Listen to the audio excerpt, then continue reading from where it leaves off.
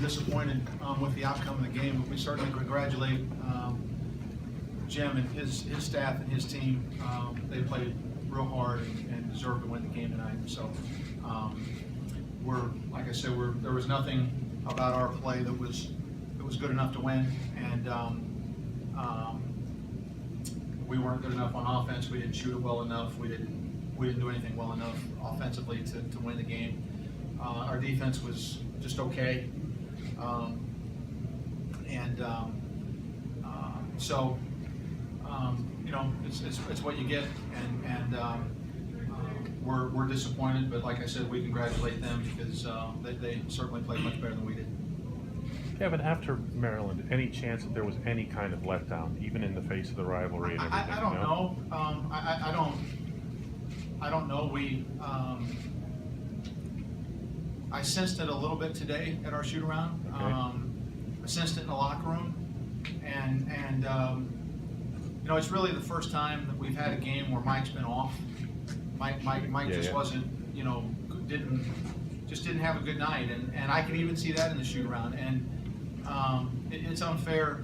It's unfair to put the pack on his shoulders every night and expect him to be able to deliver at the rate he's been delivering. So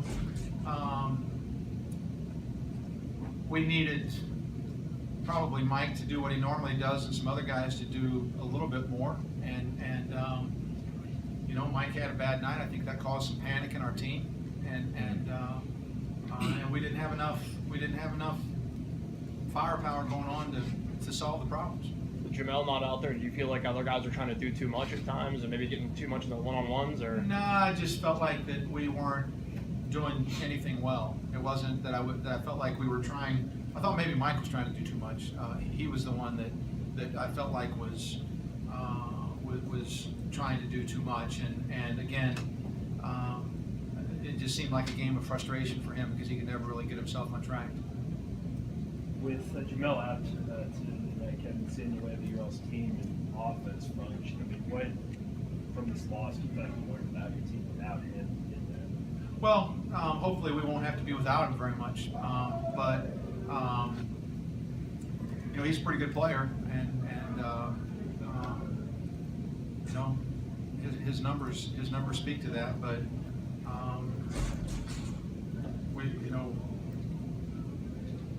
we have to do as a team what we have to do in order to be successful with whomever, you know, is in the game, and our bench guys didn't play well, but again, Chris was probably the only guy on our team that played really anywhere near his capability, I thought, and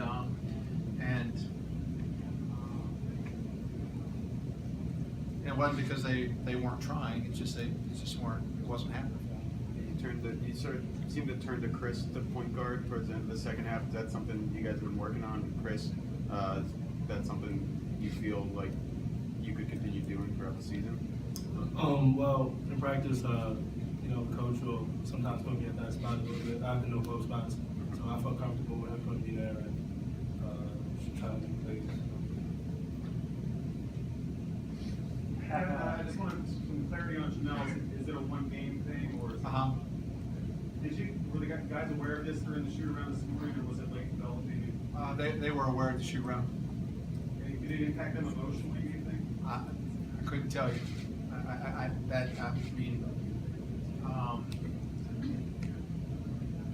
I'm not sure. I would think that some guys were probably excited because they knew they would play a little bit more. So,